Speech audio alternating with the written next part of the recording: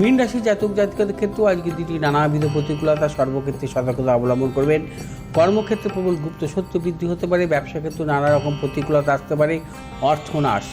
এবং মীন রাশি জাতক জাতিকাদের সর্বক্ষেত্রে ভেবে চিন্তে অগ্রসর হতে হবে। যে সমস্ত মীন রাশি জাতক জাতিকারা যন্ত্রাংশমূলক ব্যবসার সাথে যুক্ত আছেন, আপনাদের সাফল্য আছে। এবং মীন রাশি জাতক জাতিকাদের শ্লেষাজনিত কোনো সমস্যায় ভুগতে পারেন, সতর্কতা অবলম্বন করবেন। শুভ দিক হচ্ছে আপনাদের পশ্চিম দিক, শুভ রং হচ্ছে আপনাদের হলুদ এবং সবুজ।